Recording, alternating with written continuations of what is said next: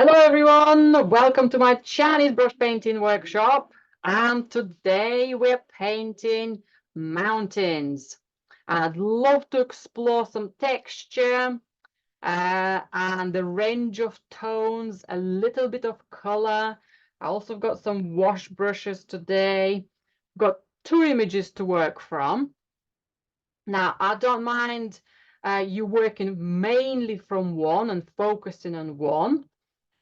Or even designing your own. But I'd love to use these images as inspiration for the mark making, inspiration for the texture.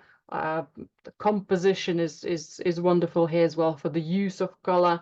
But feel free to make your own designs and your own compositions. Now, great Chinese painters always learned from the great masters. And a tradition is to copy one of the famous paintings and do your own interpretations. It's like in music, playing somebody's composition, yeah? It's repeating it, and you might be coming up with your own style. So that's very much the same in Chinese brush painting. So let's first of all, I have got a normal paper, normal drawing paper to work on, and I also have some rice paper, so I'd love to explore both. So depending which surfaces you have, maybe try them both.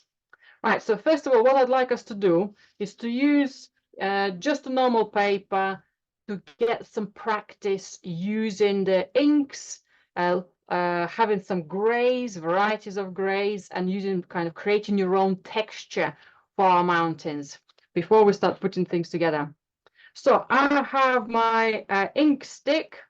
If I were to put a bit of water here in the base, and I grind my ink, or if you have the runny ink, just put a droplet on your palette or on your plate.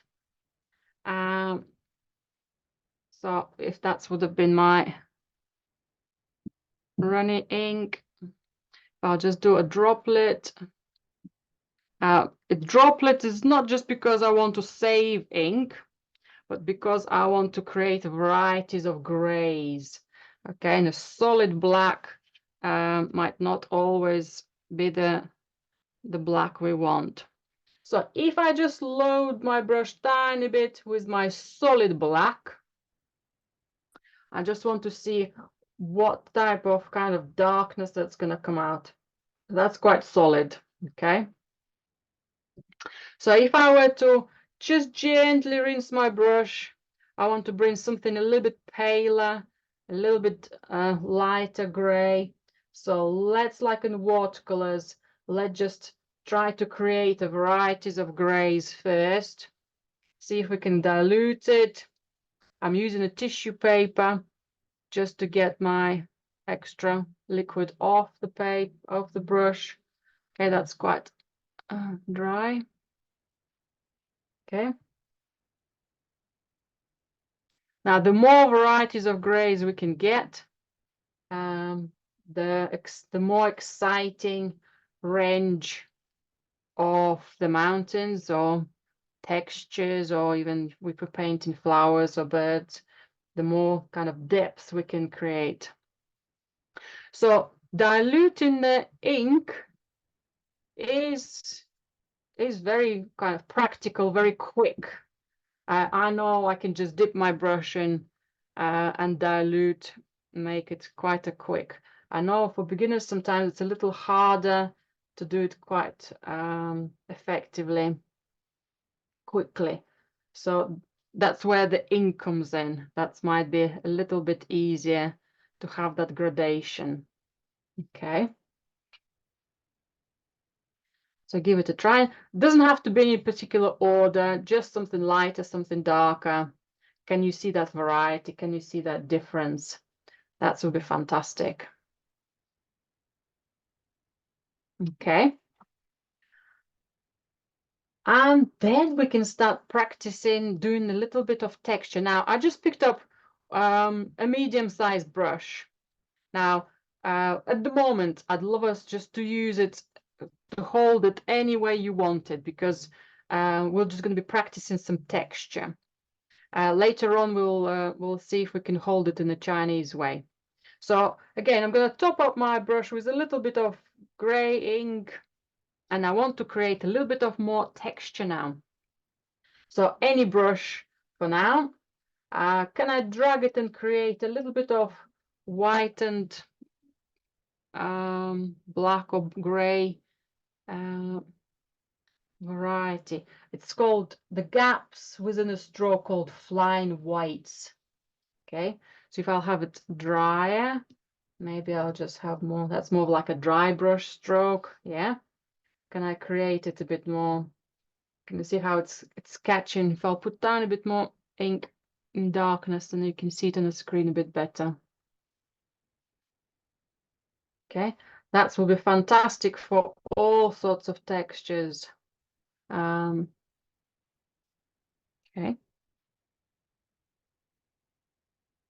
So I've been just dragging my brush sideways and loading it with less water or more water.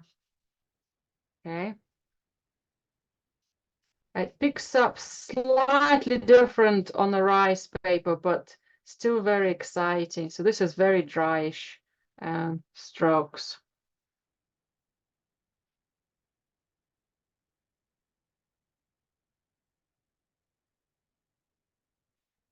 Sometimes when we load our brush with ink, Chinese brushes have quite long bristles, and we might have a lot of moisture at the base.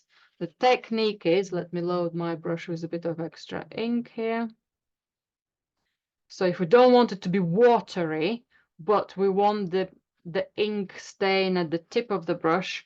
So if I fold my tissue kitchen towel and just dry it at the base, okay, it becomes less full of water, but still a lot of pigment. You're not taking the color, yeah, or the blackness from the bristles.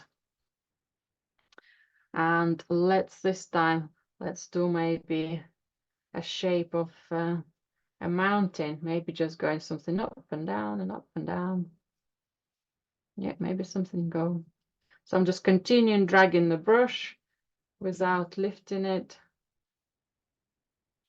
and have semi-parallel marks.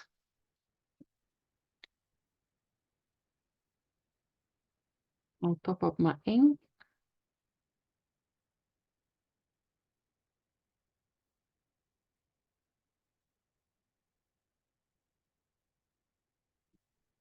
So we don't want it to be very watery. And let's try maybe another mountain edge. Maybe if I just drag it a bit more, flat surface, maybe somewhere here, maybe dab, dab, dab. Let's see, it's almost like little steps. It's quite nice. The base of my brush is a bit wet and got some lighter color. So that's got quite exciting edge for it. Okay, maybe I'll turn my brush and just do something else, work widths-wise. So all I'm interested in at the moment is varieties of marks. You can pick up a different brush. For example, I've got this very large one.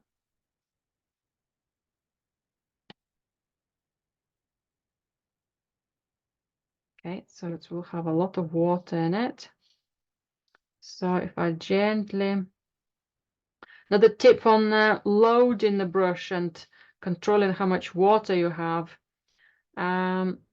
Bristles, again, so long in the brush. So if you start painting, kind of mixing the brush sideways, the bristles will go all over the place. We try to kind of create strokes when we load in the brush one way, so all the bristles stay together. Okay. So I think that one's going to be quite wet, but let's try drying it here. Okay, and maybe just creating that Look at that fabulous shape. Yeah, got almost like positive, negative space. Or I could just drag it as dry. Okay.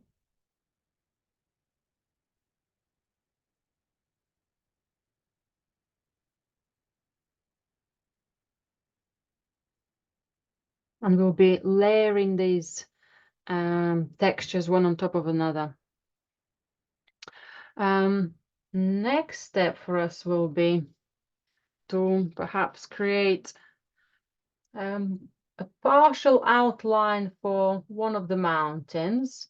So I can even do it with a larger brush because it's got a fantastic tip. So let's say if I'm creating a border for it, okay.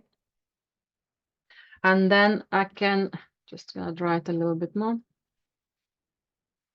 And then I can create sub segments, sub ridges, which will be dragged across. Maybe they won't be so solid anymore. That's where some of our textured lines will come in. So we have an idea of possible marks, but we're not going to be able to do exactly the same ones. There are lots of accidental mark making there as well. And then I can start loading. Oops. I think perhaps a smaller brush will be easier to fit in the size. Yeah, I can start then creating some of that texture. Come in. Some of the areas might have extra darkness. Some will have that lovely drags of the texture. Okay. So the more variety of marks we'll create, the better. So we had one was the outline, two was the texture, and now we'll do three little sub-steps, three, where we can have little dabs, little happy dots for, it's a Chinese terminology if you haven't heard that before. Perhaps representing some of the trees or the imperfections, or maybe some of the rocks. I think in our case for the tree, that will be more of the trees shapes. So they come out probably, doesn't always have to be darker, but most of the time a little bit darker than the shapes we applied earlier. So that might be little dabs here and there showing some vegetation on our mountains.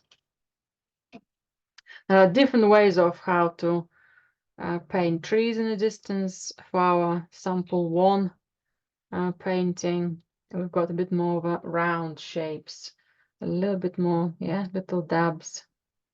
Just allow your brush to create. Your brush might have slightly different end, and you might have your own distinctive patterns.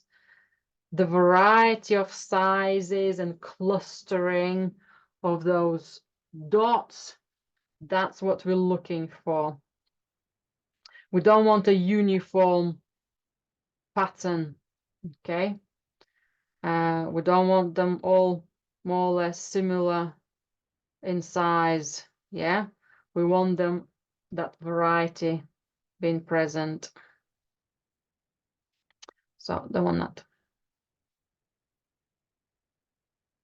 Okay.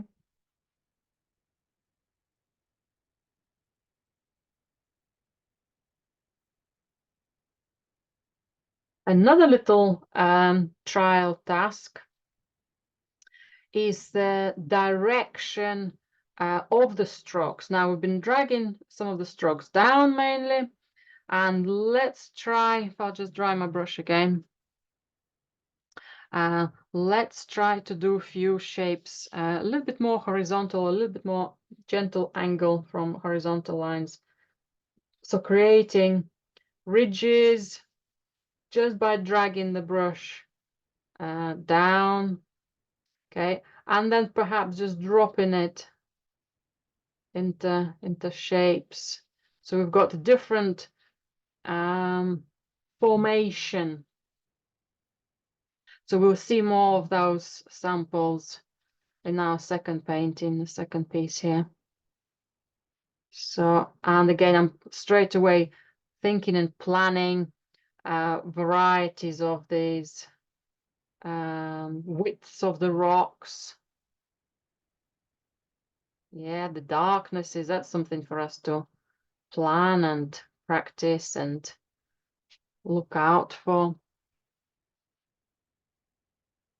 Okay. Some are longer, some are shorter, some are baby ones, some of them, yeah. Might even have a waterfall here straight away.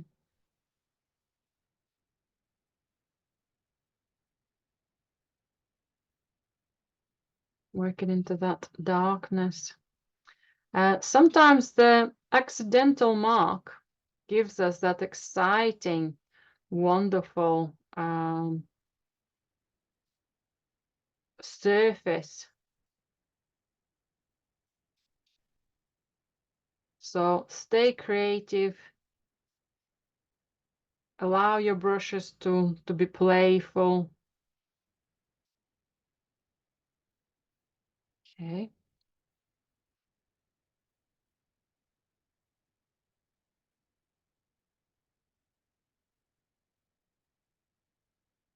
And also on this painting, we have slightly different trees.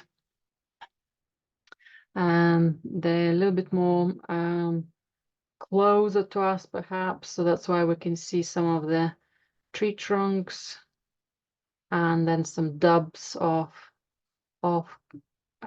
greens, well, which we'll be looking at tones, okay, as they spread shapes. So I tend to put few tree trunks, maybe cluster them, and then work into patterns of dark.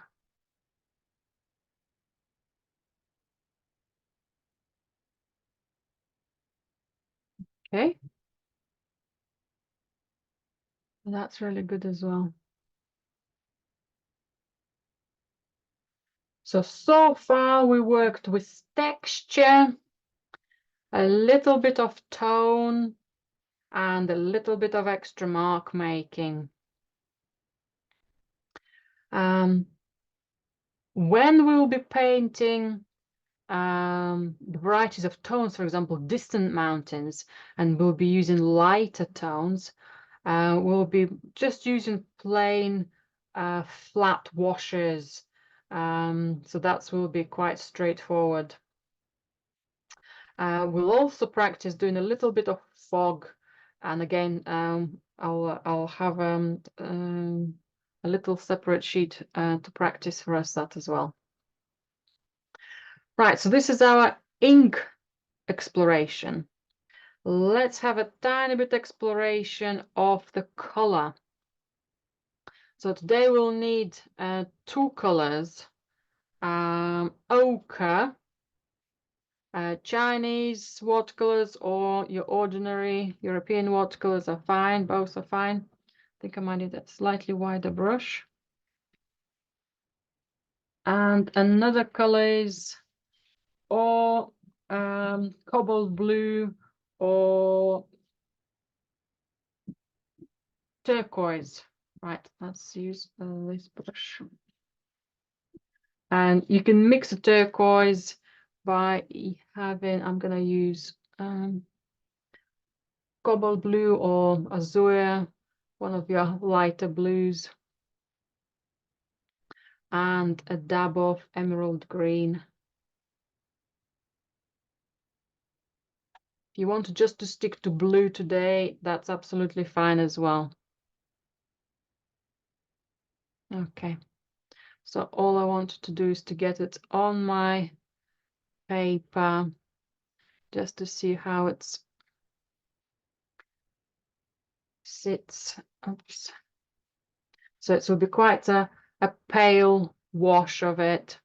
So when we add it to our mountains, as in traditional European painting, there's always a connection of warm and cool colors together.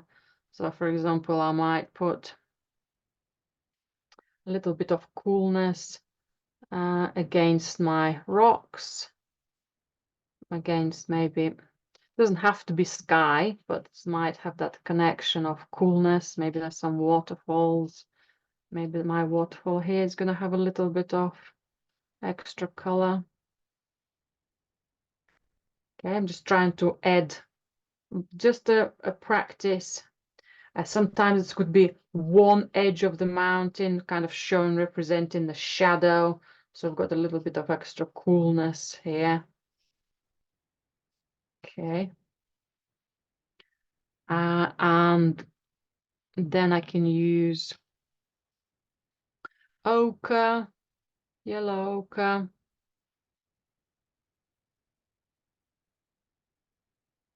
And it doesn't have to be very solid, just a gentle wash. If it will blend with the blue, that's fabulous. If it will mix on your palette with a little bit of black, that's all fantastic as well. So it's a minimal color, but we have got warm and coolness. If you do mix your color with the ink, let me just introduce a little bit of gray to my ochre. You'll have some, again, that variety of darkness, and ochre becomes a little bit more extra brown. Becomes very exciting as well to work with. And then some places doesn't have to be painted at all. They might stay white. Okay, so just little simple combinations of color, making our experimental sketches very exciting. Okay. Now we can, if you're painting on drawing paper today, we can do the washes in any order. We can do the sketch, do the washes, wait for it to dry, add the texture, add a bit more color, and work then back washes, drawing, washing. Okay, in Chinese brush painting, actually painting means writing. So when you to create a piece of art, it means to write a piece of art. Actually, in Russian language, it's translated the same. So that's, yes, to write a painting. Yeah, sounds a bit silly in English language, but so because it all comes from the calligraphy and so drawing. I was started from drawing, got a bit sidetracked. When we're working on a rice paper, we need to create more or less all black and white work first, and the color comes right at the end. Okay. In traditional European watercolors, we do all the light colors first, and then we get darker and darker and darker and darker. In Chinese brush painting, things are reversed because of the materials, because of the whole concept of things there as well. Materials dry differently. So, but improvising and working your own way through it, it's fantastic. Right, I think we're ready to start our first piece. Let me put my fresh paper in front and we'll get started. Right, so if I would have been doing my normal watercolor or any other painting, I'll do a planned drawing with a pencil or a brush, but I'll plan it out. In Chinese brush painting, we use our hands to plan things. So for example, we've got a nice big mountain here. Can I use my hands? Somewhere here is going to be my mountain. Somewhere here is going to be a bit of water left. So I'm almost like using proportions of my body, of my hands, to understand where things are going to be, how tall they're going to be. You can move shapes around. In a way, it's a little bit simpler and quite effective as well. And then we're straight away starting. So I'm going to load my brush with some medium darkness ink. Just going to make sure it's loaded well. Okay, so it does dry quite quickly. So I've loaded the whole brush. I'm going to add a tiny bit more blackness to it. I'm going to take some of that off. Okay, and so my big mountain is going to be in the center here. So in Chinese brush painting, if we're painting an animal, we're starting, and let's say in a landscape, we're starting from that animal. Eyes, nose, ears, off you go. If it's a bird, beak, eyes, again, head, feathers, and the rest of the flowers and leaves will be at the end. So we're starting from a key important element. So here is my mountain. So roughly somewhere here, I'm going to get going from the point of it. If you want to give yourself a little bit of help, there is nothing wrong with you putting a little pencil mark and work with a pencil. Or even do a drawing and place it under your rice paper. That might be another good idea. But relaxing, and we're doing our own interpretation. If we've done it wrong, it doesn't matter. You're doing your variation of shapes. And let's say if you wanted to add something, my line is going lower to what I want. Maybe I can extend it and put it a bit more over. If I want to change gently an angle, can I put another extra ridge? So there are loads of ways of how we can work and add shapes. So if I've got a big blob here, it doesn't mean it's wrong. I haven't done any textures. I haven't done any darknesses. I might put a nice shadow there. So that's all good. So I'm going to plan my other ridge, maybe something a little bit more standing out here. So it's quite nice to see that variety. Chinese brush painting teaches us a lot of varieties in shapes and mark making, more varieties of sizes, symmetry. It's constantly looking for that variety in nature. Okay, somewhere here. Maybe expanding the base of this rock. Okay. And I'm straight away, I've started with a line and I'm intuitively widening my line and making it kind of using the width of my brush. Working there. Now, if you wanted to try working in Chinese, holding the brush in Chinese way, what you need to do, you need to hold your kind of all of your fingers to have it on one side of your brush and the thumb from the other side. And just try to rotate your brush different ways. And then softly can you kind of roll it, and you'll start finding what's your fingers will hold better. So for example, mine, I end up with 3 fingers behind, the little finger at the front. So I've got that control, so I can move things about. And then it's 90 degrees to my paper, the angle to the surface. So then I can create these lovely marks. I can put my hand on the surface of my table and just drag those lines. The only snag is harder for you to see if I don't, if I put it straight on. So if I'm doing it on the angle, you can see it a bit better here. Just dragging those shapes. But if you want to hold it, if it's not too comfortable for you, no certain type of paintings, for example, doing birds and flowers and leaves. If I hold the brush in Chinese way, that's just naturally happens much more exciting forms, really stylized Chinese shapes come through very easily. Okay, so if you fancy playing and exploring something different, okay, so I can build up that texture. I can start picking up slightly darker ink, and there will be loads of layering. Okay, I can pick up a little bit more darker shapes, perhaps on the outer layers. And then you can go in any order. You can start looking for the shapes. What do I want to do next? Do you want to have some of the extra textures? Do you want to put some more line first?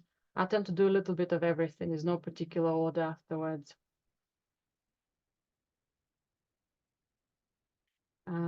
Might be just introducing some textures over.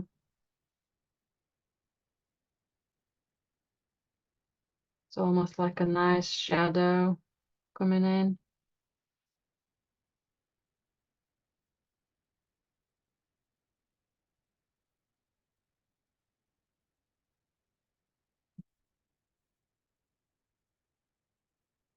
Okay.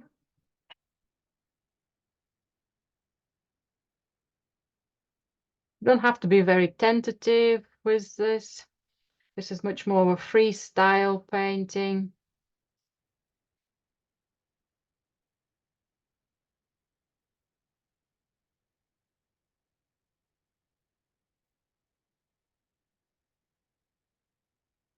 Okay. Shapes building up. So I'm working into this main rock,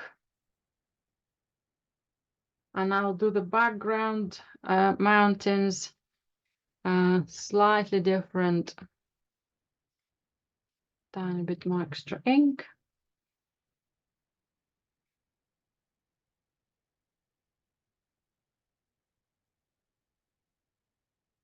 Maybe I'll bring some lighter gray texture. So I've got loads of dark texture. Maybe I'll bring some lighter texture. I don't know if you'll see that much on the screen.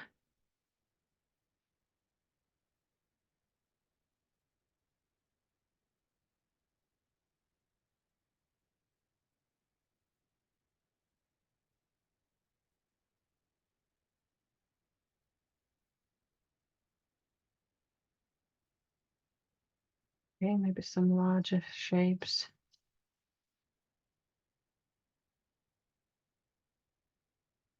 Sometimes bringing the texture all the way to a line. So for example, I've got a rock at the front here. I've got a line for the silhouette of it. So if I'll bring my lighter texture, almost as if I'm painting, doing a wash next to it. So it's more of an even, texture is there, but there's no kind of gaps between it and that line. So you start to have a shadow behind it, and the rocks in front are coming towards us more. So maybe this one will stand out a little bit more as well from the one in front of it. And if you wanted to build up even more texture, if we'll dry the surface, we can build that one up more and more. All right, I had that accident of a darker tone, so maybe I'll spread it so it doesn't look like a specific mark. I'll just move my image a little lower, sorry. That's better.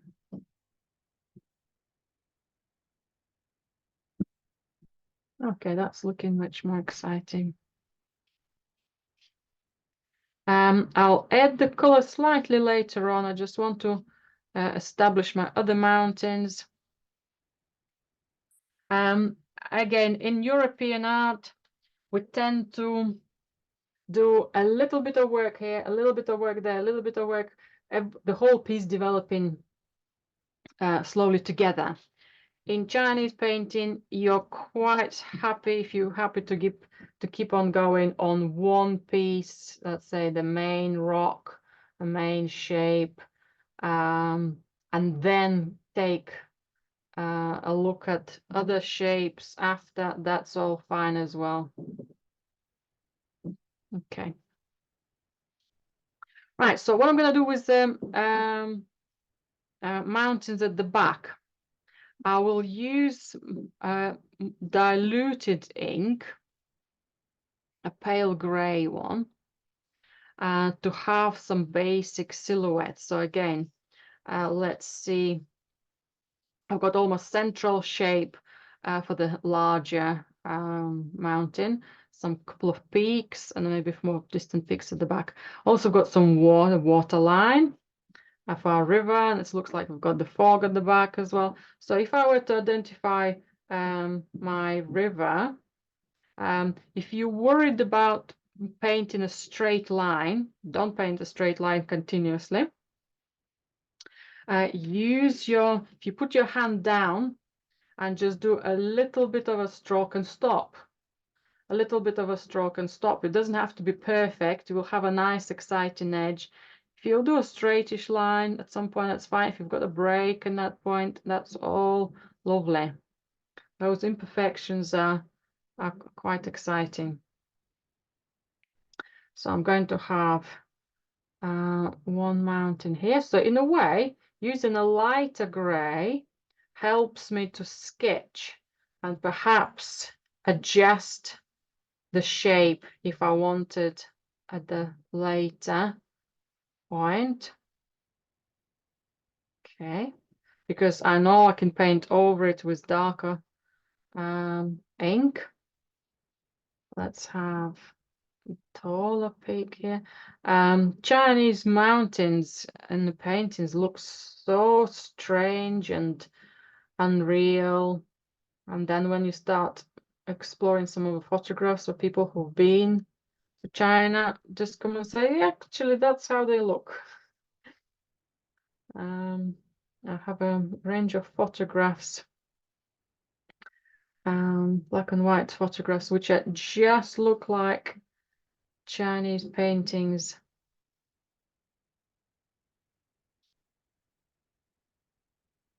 Okay.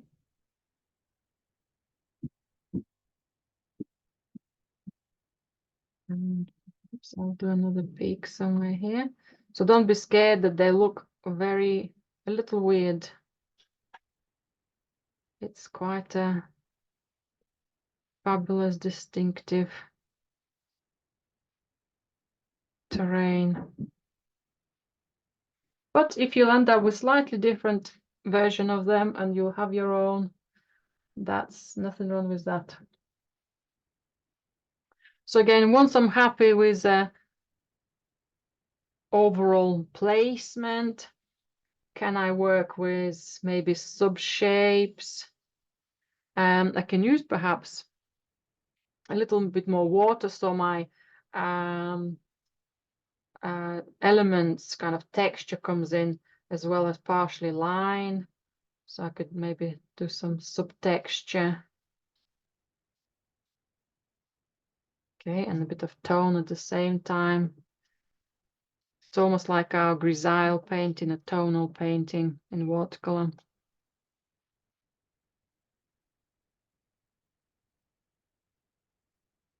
So, or it could be your gray wash. So when the blue and ochre comes in, it's not going to be direct, fresh color for those areas. You start building up the darknesses quite effectively.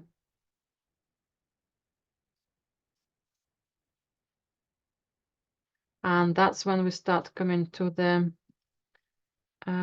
fog painting. Let me talk through that one in a moment, once we've done a little bit more texture on the other mountains.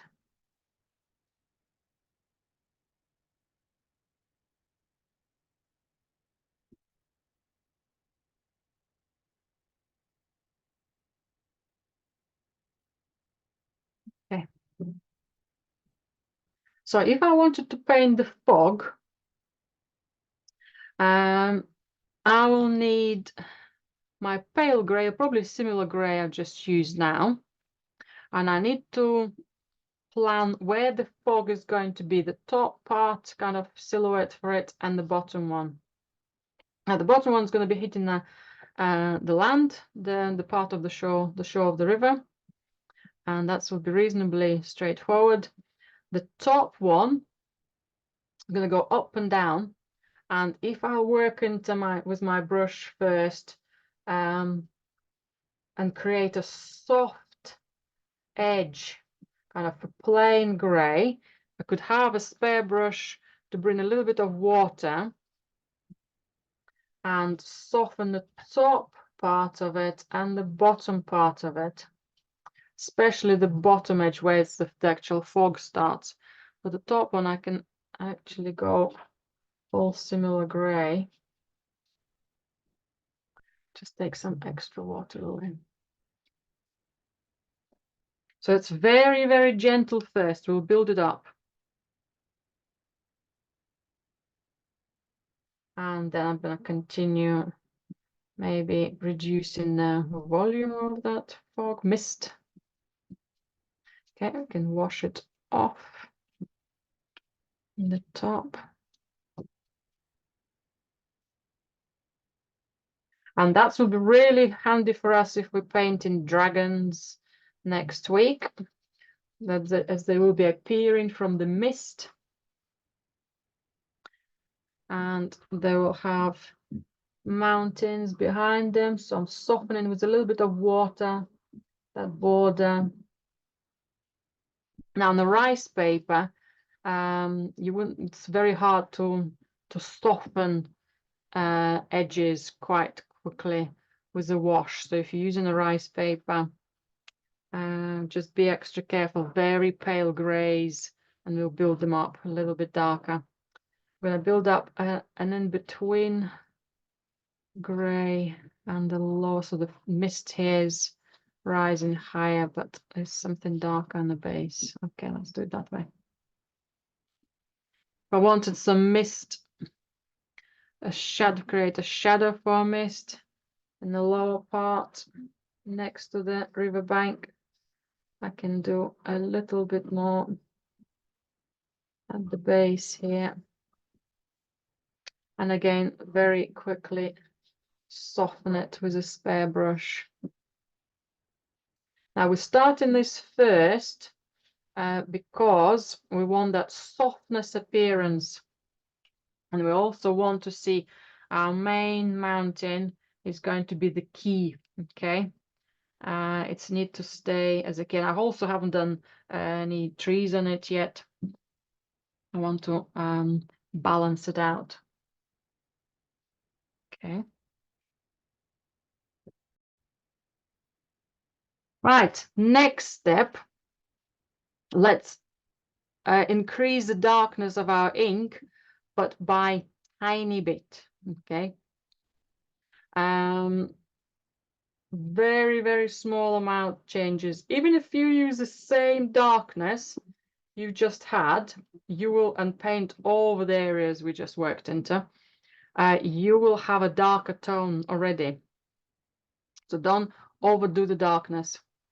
I'm going to come back around the mist areas, and I want to create a little extra depths for mist. Okay, so I've started to do a little bit of darker tone, and I'm going to wash it and soften it above. I left tiny bit of gray below it, so it doesn't show. There's kind of a depth in between, so I'm leaving partial gray still in between the layers. Okay, and that's going to be part of our mountains. Okay, maybe a little bit too dark too quickly. So again, on the drawing paper, we can do that and fix that very easily. On the rice paper, might be a little harder to manage. Okay, so I'll go slightly bolder now with my strokes, slightly continuing softly for the fog and slightly bolder for the mountains.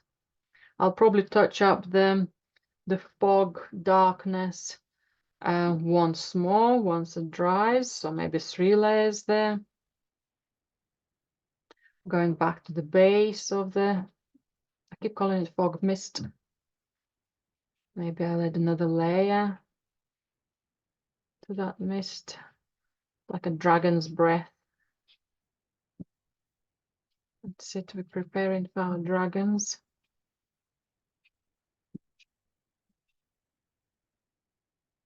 Okay, so that's quite nice. And for the mountains, I'll start using texture, so I'm loading my brush with a tiny bit more stronger ink, and I'm going to start going for the texture because I want to see more unity in the mountains, or we can get a little bit lost into a lot of details. You can still go for a darker line for the mountains, but perhaps not as dark as our main piece. Okay. And as we're coming close to the fog, the grays of our mountains, kind of texture, is going to be more gentler. Will start disappearing. We'll have less texture and less intensity in darkness.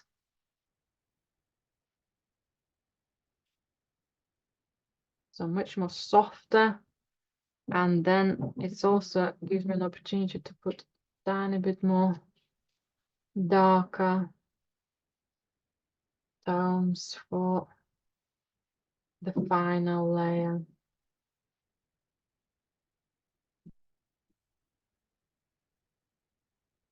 Sometimes the splitting brush is a fantastic tool.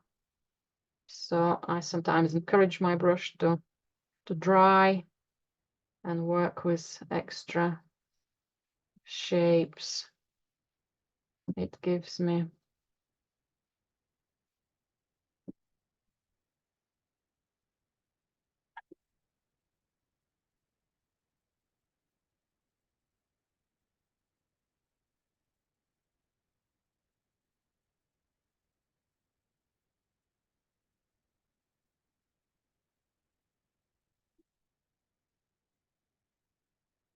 Okay, that's becoming more exciting. And let's continue further. Again, paler. Medium grays first. Over dry brushing.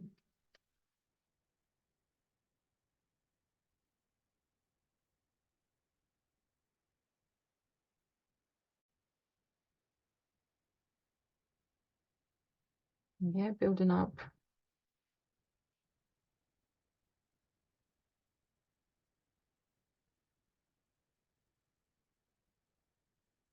And it's quite therapeutic to work and imagine those views and enjoying the playfulness of the brush and very natural textures. It's quite hard to do these textures with an ordinary, well, kind of brush just with a lot of water. So longer bristled Chinese brushes makes it much easier. So if you're struggling using your normal watercolor brush, maybe pick up a very old hog brush. Sometimes that texture could be interpreted using that. If your surface is a bit too wet and the textures become more harder to control, use the hairdryer or just work elsewhere and come back to that area afterwards. So I start to have certain parts of the mountains a little bit darker, certain parts a little bit more lighter, something a bit more close to us, something a bit more. So we've got lost and found edges.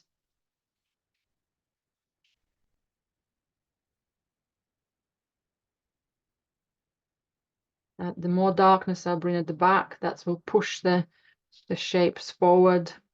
So if I want them to stand and more be supportive shapes, then I need to be careful putting too much marks. Okay, I'm happy with that. And I'm going to do a tiny bit of darker line for the shore. So if I'll have a medium gray to a lighter dark, and if I were to create a little bit of a darker shape for the edge of the water, and we can have a few dabs, darker to medium grays again, dabs for the trees. If you want to draw houses, I think I might just leave the houses out, just because I want to finish this piece and work on my rice paper. Trees, just make sure you paint them in different sizes and different groupings, so not something one group is the same, then the next one is of a similar size. So it doesn't mean that it's not going to happen, just spot it and perhaps amend it. I'll put some extra darks here as well.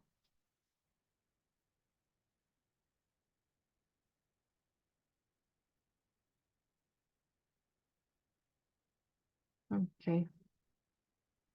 So just push my the view towards this more central area. If you want to do the birds as little details, I might just make them tiny bit bigger. So a group of birds flying as well. And I'm going to do my washes of color next, and then touch things up with the black dots and trees. So let's use my wash brush or a larger flat watercolor brush. So let's have a little extra blue. I'm going to start with a blue and emerald green, or just the blue, whichever your personal preference is. If you'll have a little bit of black with it, that's all fine as well.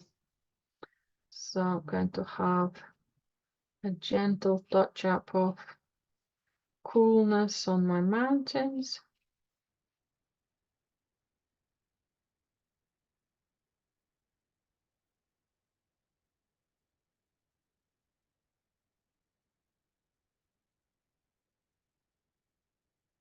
So it looks like we've got a few clouds which offset in the shadows, and that's why we've got that beautiful coolness here. Yeah, don't be scared of adding a little of black ink to get extra depth. I'm going to put a little bit of it as well on my main mountain to give it extra three-dimensional effect as well. And if I'm dragging my wash brush, it also will give me extra textures. So that's an extra bonus. Sometimes we just wanted a flat wash as well. It's made it straight away very very much standing out. If I'll have a very diluted blue and black, I think my paint is running together. Just want to have a little paler wash for the water. That could be perhaps slightly darker next to us, and maybe a narrow, tiny bit darker edge close to the shore, the back, and maybe just using some water to blend both. Now the Chinese ink and our drawing ink tend to, once they dry, stay, don't smudge it anymore, so it should hold together. Shouldn't smudge your birds. Okay, and I'm going to use now some ochre.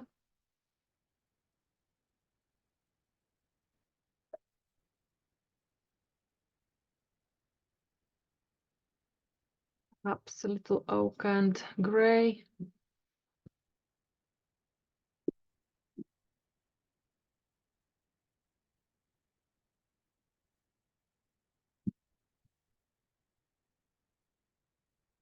And again, maybe a softer touch for our warm parts of the mountains. You wanted to dip into part of the mist.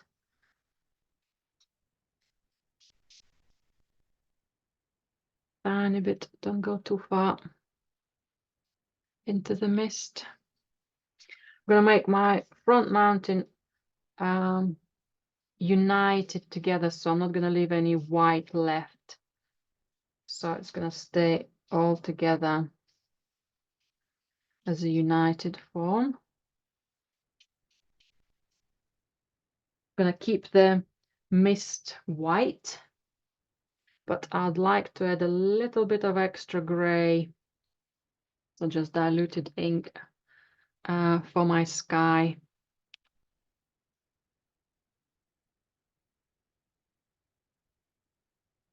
So again, I can make a slightly darker wash at the top and immediately dilute it with some water.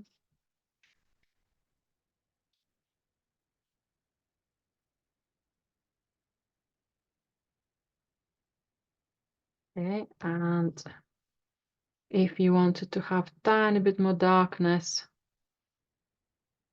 for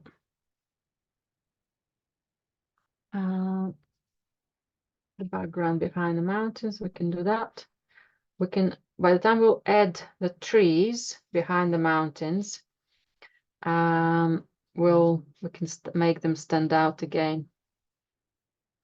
But that just gives you a little bit of more mysterious look rather than the plain one. I just create a little depth for the clouds above. Got some bristles.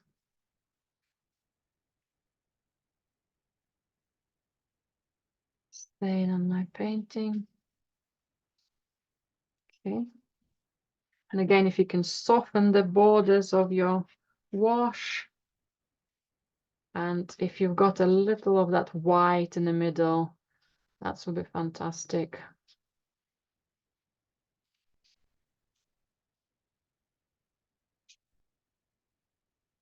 That's lovely. I think I might need a tiny bit more darkness under my shoreline for the water. I think that will work. And probably mist one as well, to have that minor shadow. That's better. That's looking much more dramatic.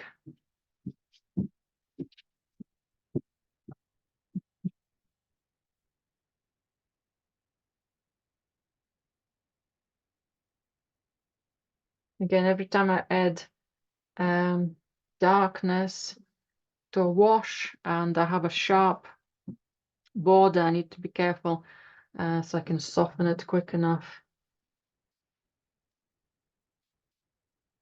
so it doesn't have a borderline.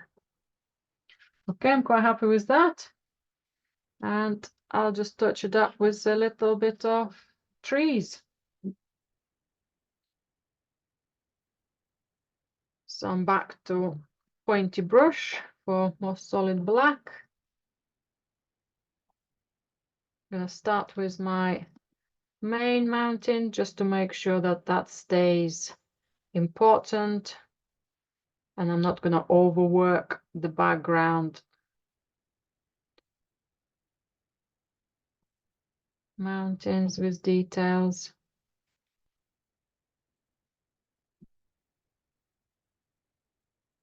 Just makes it more alive. Different layering here. If you want to increase some of the darkness of the shapes as it's drying, that will be a good addition.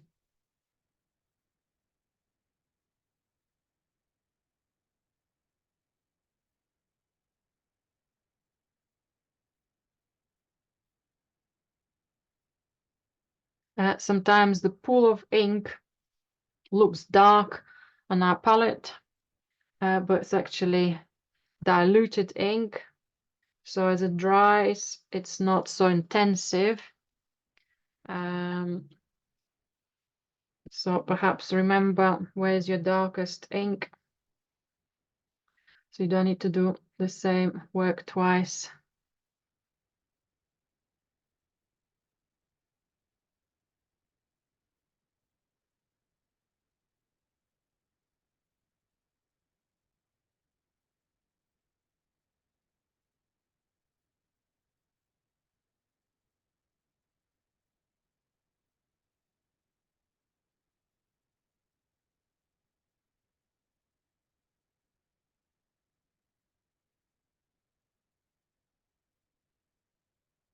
Okay. A little bit dark, no, that's okay. I'm gonna let it dry and I'm gonna come back.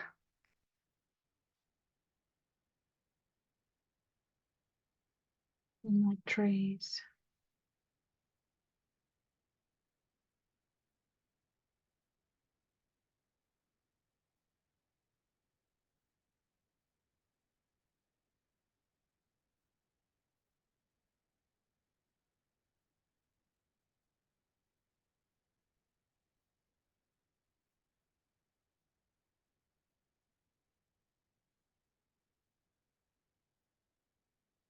And from time to time, just step away from your painting or squint your eyes so you can see the all of it together. Now with the finishing points, how does that look?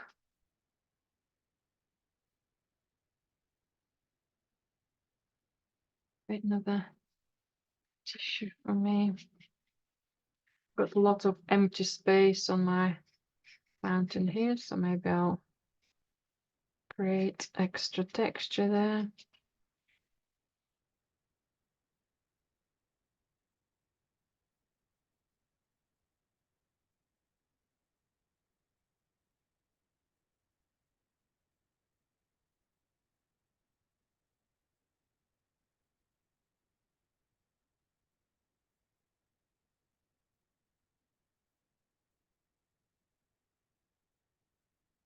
Still following some of those shapes of the slopes, constantly building up that volume.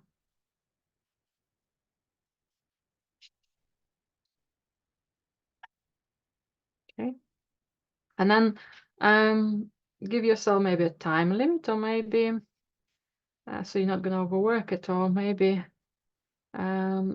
stop to evaluate and work a little bit more at the back. I think I could do with tiny bit more darker strokes on shore. I think it's dried much lighter than I wanted. Okay, if you wanted to do the boats there as well, I've left the boats out, and then tiny bit of dabs, and it doesn't have to be super dark. It can be, but it doesn't have to be. Just kind of watch out how much of that black you're going to be placing, and the repetitiveness of marks, so it's supports your mountains, not kind of adds too much texture. But playing and kind of working with it and developing it, it's all part of that exciting process.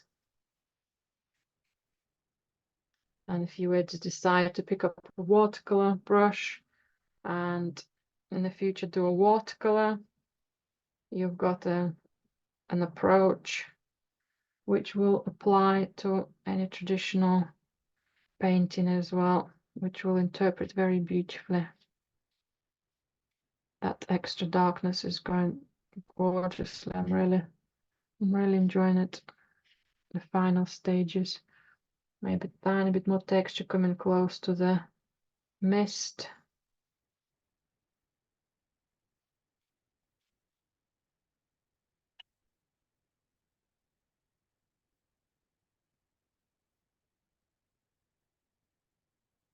Right, and I think I'm ready to stop for this piece.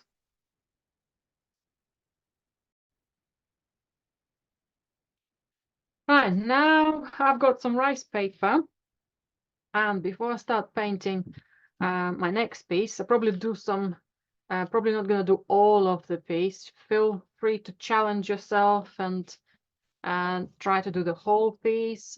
I'm probably going to do some of the mountains and some of the rocks at the front. And again, when I'm starting, I always have to plan my grays and just test what the rice paper, how it behaves. So let's say if I've got my gray here, I just dry my brush again at the base. It's less forgiving paper in comparison to drawing paper. Sometimes I just use, I'll put this one aside. I use a tissue paper, almost like to check how much moisture I have, how it will react to my rice paper. Tissue paper sometimes recreate the similar textures. So let's say that will be quite a solid line. But if I'll start breaking it down. Okay. So it keeps your brush much more moist. Well, it feels like it has more moisture because the rice paper is so sensitive. So I need to be very accurate how much liquid I put on that. So you might have seen little water droplets as well, little containers you can buy to get a droplet of water rather than dipping your whole brush. You've got more control. So my marks, if I'll zoom in into my camera,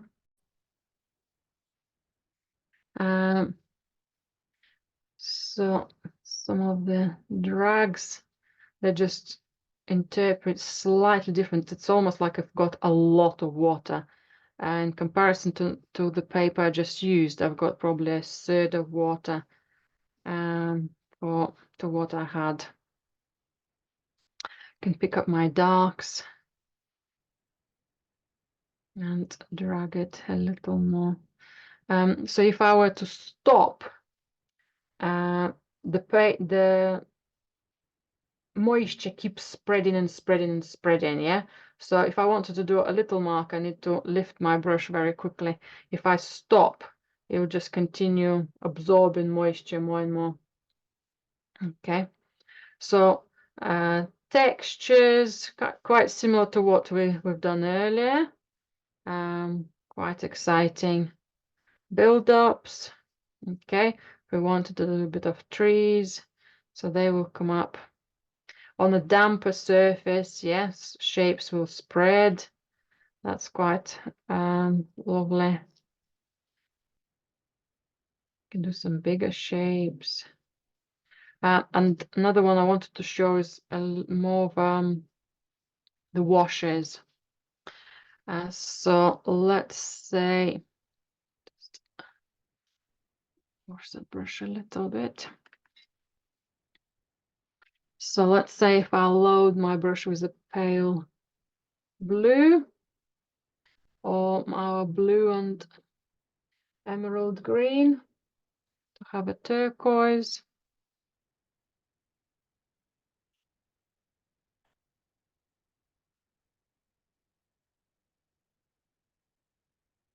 Okay, so let's say if I do a line.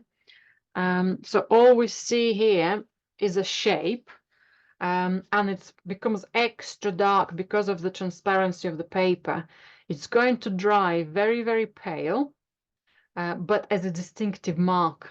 If I want that mark to blend with the paper white, and it's hard to see what's actually going on as you're painting because it's need to dry. So in order for me to have those effects of distant mist or fading clouds, I need to apply some water first. So everything is quite watery, and then apply a dab of that and just gently, probably even encourage it with kind of add extra water there. Now that's when the paper could really disintegrate. So those flat brushes are the only ones we can use to make the effect happening.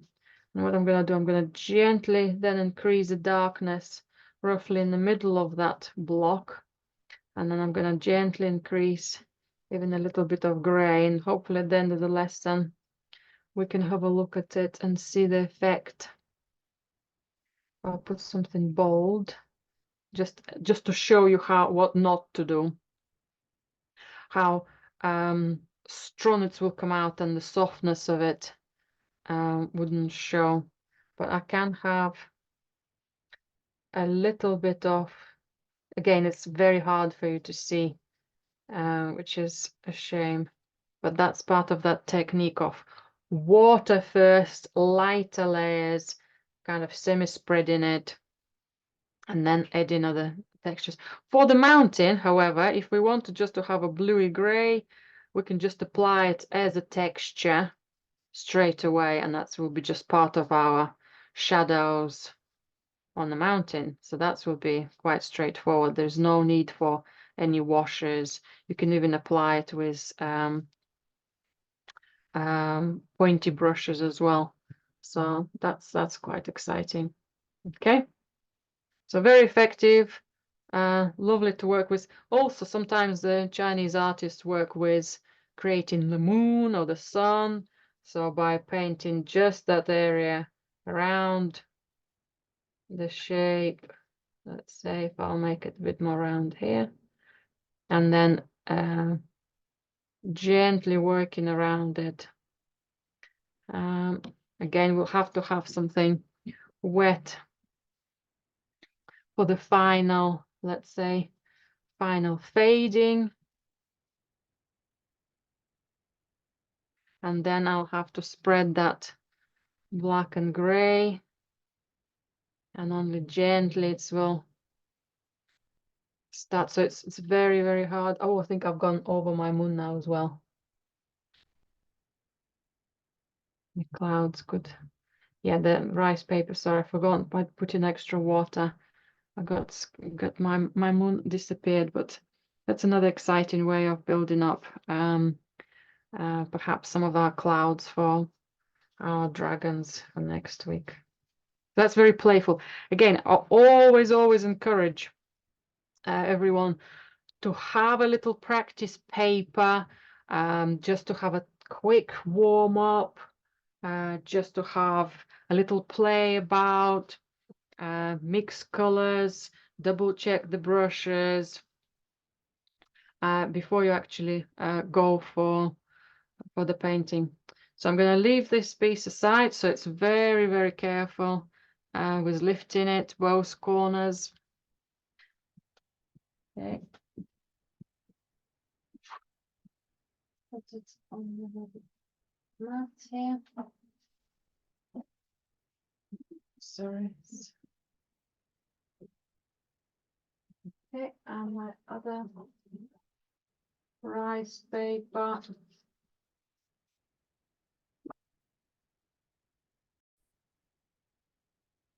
Right, so I'm going to start my actual painting now with some medium blacks, so maybe not the most darkest, but reasonably dark ones. And I'll start with sketching my top of the rock. Right, I'm going to leave some of that again using the hand. So I'm going to look for the top part of the painting. So maybe my rocks will be here. My side of the rock's going to be, so I can just move things about. Okay, that one's going to be there. And then I'll work with the distant mountains there. So somewhere here. Much more quicker strokes, otherwise I'll end up with a lot of blobs. So maybe something here working. Maybe just dry my brush a little bit more. That's better.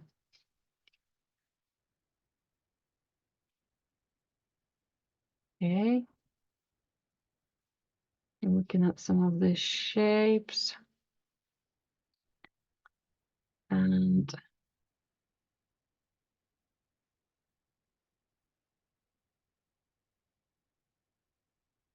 let's have a look what's happening here on the side. Looking for different angles. That's almost like little steps. Just drying my brush sideways as well. Okay, so then I can perhaps connect.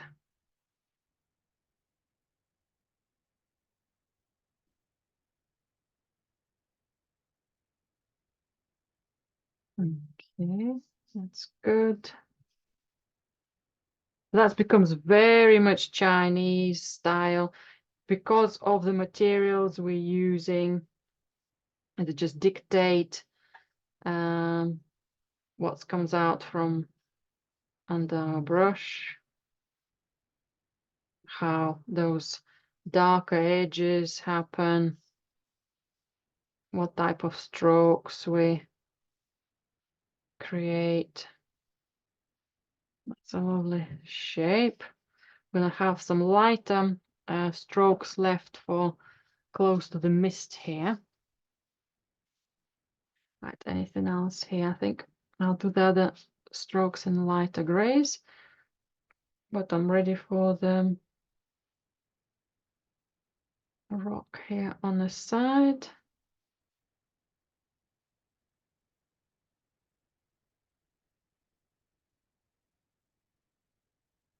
Every time I do a little stop, I end up with a little drop of a kind of a dot, like there's maybe a tree, maybe there is a knot of the rock formation. So that's a benefit, really. That's usually a very much welcome when we paint in branches.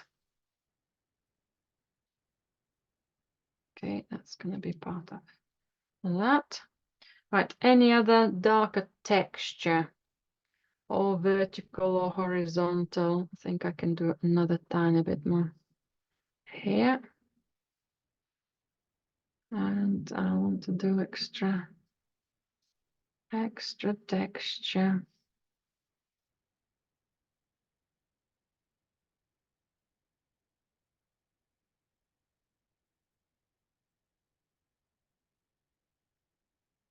Okay, that's good. So I've started from the darker tones. I've still left a small amount of grays to come when I need to.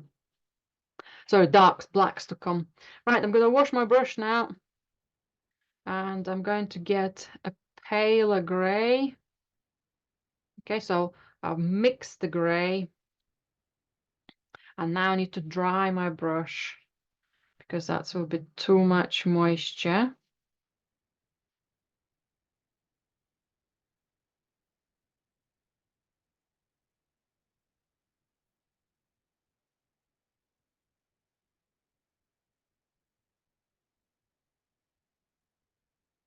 The gray continues to be on my brush, but not at the base of it. Right, and I want to bring some extra texture first. Tiny bit more darker version of it.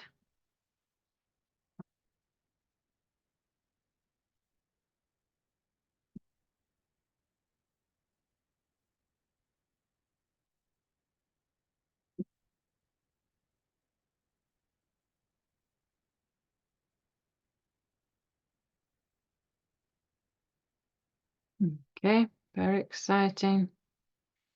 Some more darkness here for the top. I prefer to go tiny bit drier. You can always make it united with a wash. So I tend to go a little bit drier first. Okay, well, these shapes and these marks are drying. Maybe a tiny bit of something else here. I'm going to work into my mountains at the back.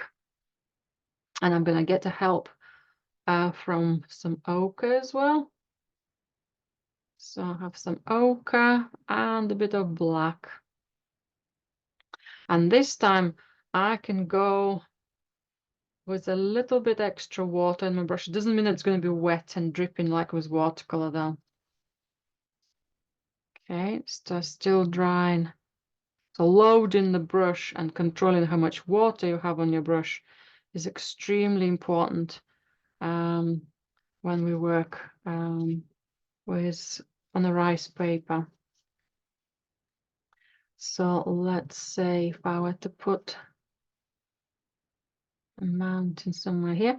Now it's also quite confusing sometimes by putting little strokes like I've just done, and they're suddenly very, very dark. All it is the transparency of the rice paper, and I'm seeing my background, or just a wet patch, wet area. So I'm just adding a bit of water here, and it's not, the water is going to dry lighter. I need to bring that color a little bit down. What I'm talking about, unless you try, you wouldn't know how it's dry and what effect you're going to have. So at the moment it looks very dark, but I know it's not going to be dark because I checked on my palette how much darkness I had. And next part I want to be a little bit darker. Okay, and I want to have a little bit more precise marks to see the shapes of the mountains more.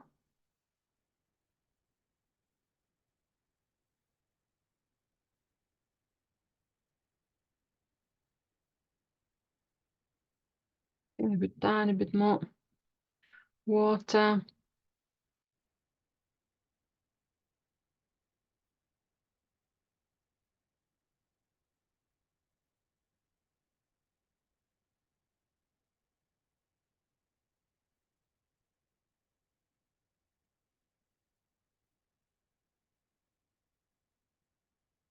So then it's something protruding from the mountains, from kind of the distance, but it also has a little bit more sharper light.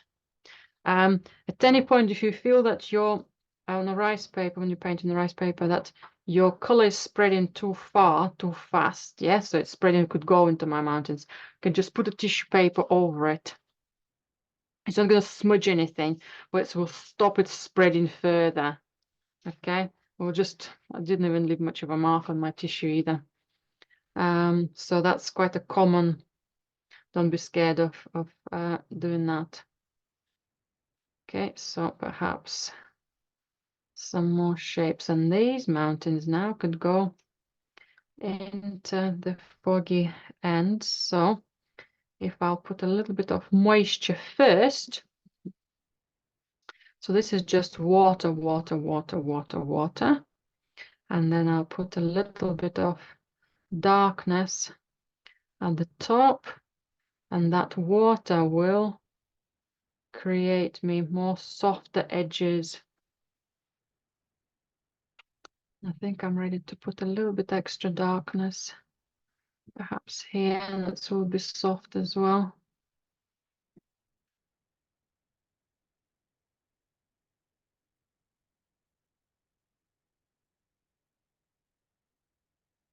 Okay.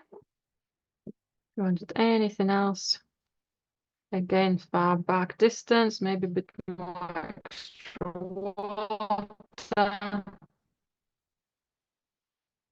Water, water.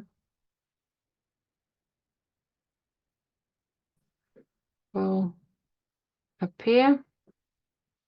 Okay, I'm happy with that.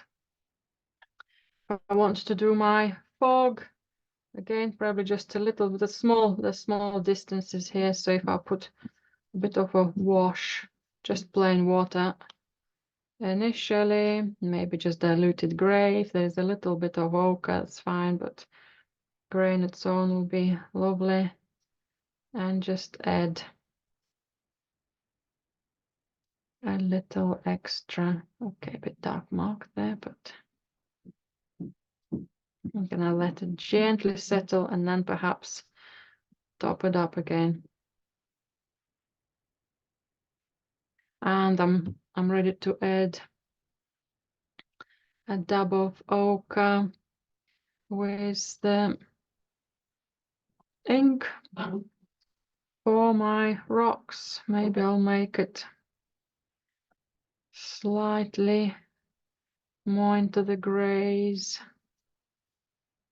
for the sides.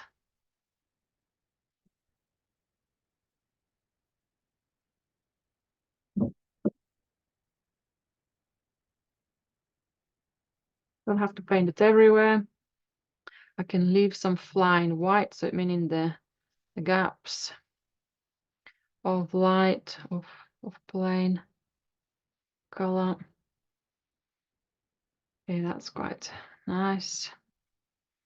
And if I wanted to have just a plain ochre for part of my rocks on the surface, or maybe just skip it, or maybe just leave it white, or maybe just very, very, very diluted.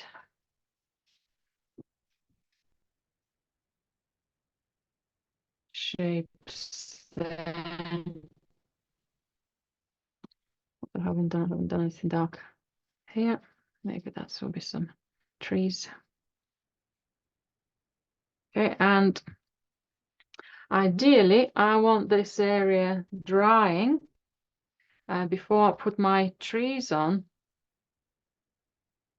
I just put a little bit of extra fog at the bottom for my composition.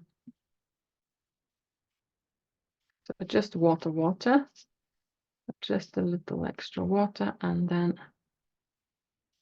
some of that gray, which will be gently building up.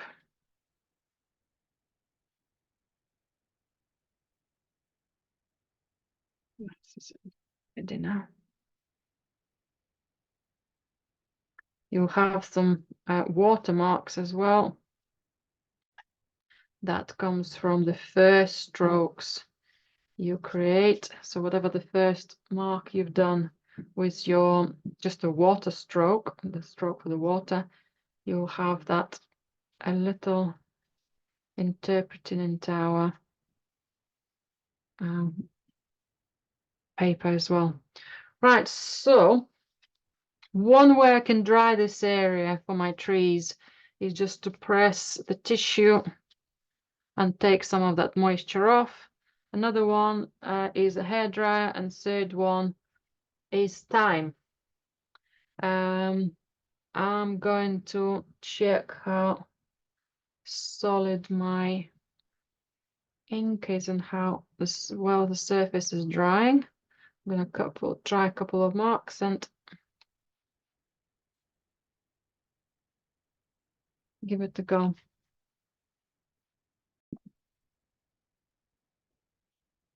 And then with a smaller brush, as I have quite a small piece here, I'm going to add some of the pine trees. I did enjoy my larger brush for it, so it is. So I'm going to use the same brush as I used before.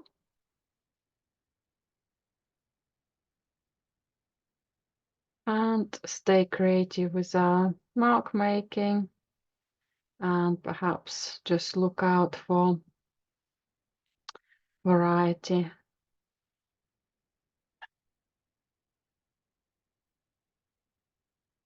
Look from time to time to the artist's work, but also look for your work and your marks. Sometimes it's you adjust to what you already have rather than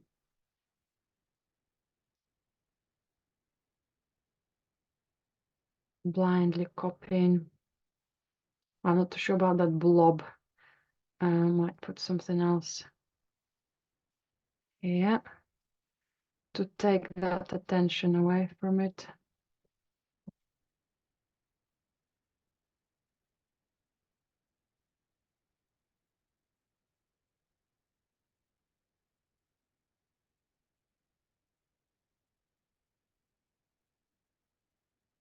I think it's too pointy.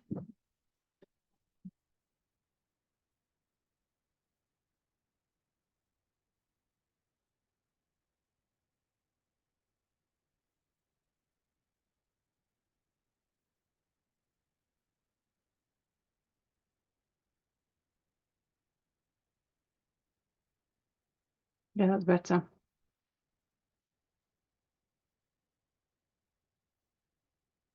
I quite like that second mountain in the far distance.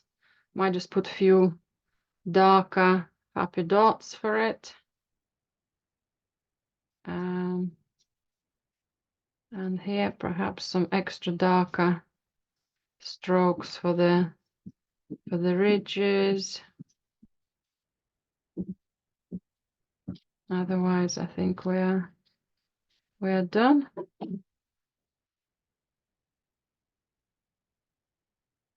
There we go. And then if we wanted to do a stamp or sign in the painting with a little bit of calligraphy, that will be an extra bonus.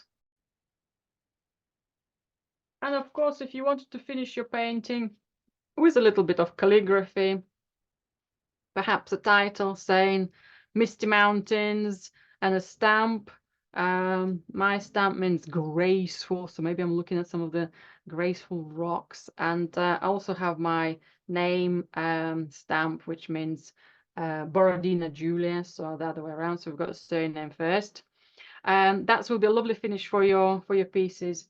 I've also, if you haven't got stamps, I've also used in my first piece, I just used a bit of crimson and I've drawn my own stamps. And again, you can create your own title, go free with your lines for calligraphy, really explore, make it quite authentic and playful. And yeah, enjoy your Chinese brush painting. Thank you very much for today. And I hope to see you in the future classes.